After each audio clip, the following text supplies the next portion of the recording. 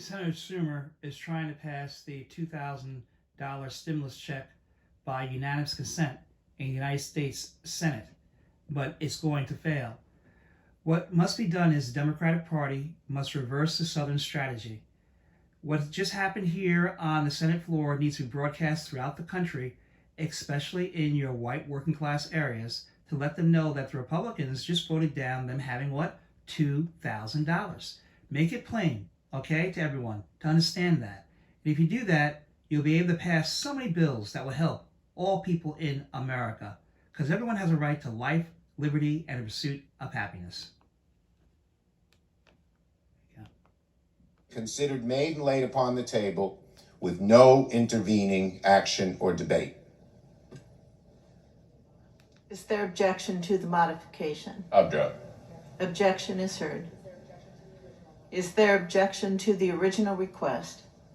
The senator from Vermont. Thank you, Madam President.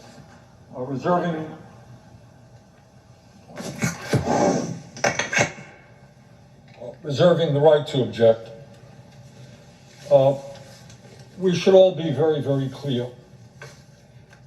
The working class of this country today faces more economic desperation than at any time since the Great Depression of the 1930s. And working families need help now. Not next year, but right now. Last night, the House of Representatives, with a 2/3 majority, 275 to 134, 2/3 bipartisan vote, moved to increase the direct payment going to working families from $600 per adult to $2,000 per adult. The House did the right thing. I congratulate them. And now it is time for the Senate to step up to the plate and do what the working families of this country overwhelmingly want us to do. Madam President, as a result of the pandemic, tens of millions of Americans have lost their jobs and their incomes. These families in the middle of the winter now face the threat of eviction and the possibility of being thrown out in the streets. Hunger in America is at the highest level that it has been for decades, with moms and dads struggling to feed their kids and working families lining up mile after mile to get emergency food packages. We are even seeing an increase in grocery store shoplifting as desperate Americans try to keep their families from going hungry. All of this taking place in the wealthiest country in the history of the world. Madam President, over the last number of years, as I think everybody in America knows, Congress has provided massive tax breaks for the very wealthiest people in our country, which is one of the reasons why today we have more income and wealth inequality than any time since the 1920s. In fact, in the midst of this pandemic, this terrible pandemic, inequality has grown worse, with many in the billionaire class seeing their wealth increase by hundreds of billions of dollars, while average Americans struggle to put food on the table.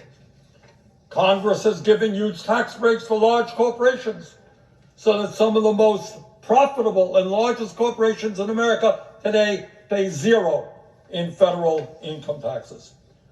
We have just passed the largest military budget in the history of our country, $740 billion, more than the next 10 nations combined. And by the way, there was almost no debate about the size of that huge budget. Trump's veto dealt with other issues. Meanwhile, over 500,000 Americans are homeless. Half of our working families are struggling to survive paycheck to paycheck. And in the midst of this terrible, unprecedented pandemic, over 90 million Americans are uninsured or underinsured in the midst of a pandemic, and they're not sure whether they can afford to go to a doctor. Madam President, we are coming to the close of one of the most terrible and painful years in American history. That is a tragic fact. Over 330,000 of our people have died from COVID-19, and as we speak, we are seeing record-breaking numbers of new cases and hospitals around the country being overwhelmed with new admissions. During the last year, the education and well-being of tens of millions of our young people, from childcare to graduate school, has been disrupted. And the terrible emotional isolation that this pandemic has caused, where people are unable to spend time with their family or their friends, has resulted in a huge increase in mental illness, drug addiction, and even suicide. Madam President, as I mentioned, the House has done the right thing. By an overwhelming vote, Democrats and Republicans voted to increase that $600 direct payment to $2,000. Recent poll came out. 78% of the American people think that was the right decision. They're hurting. They want help. The leaders of our country, President Trump, President-elect Biden, Minority Leader Chuck Schumer, the Speaker of the House, Nancy Pelosi, are all in agreement. We have got to raise that direct payment to $2,000.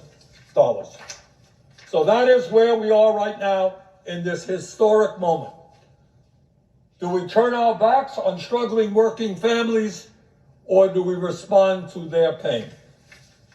So, Madam President, would the Senator modify his request that immediately following the vote on the veto override, the Senate proceed to the consideration of H.R.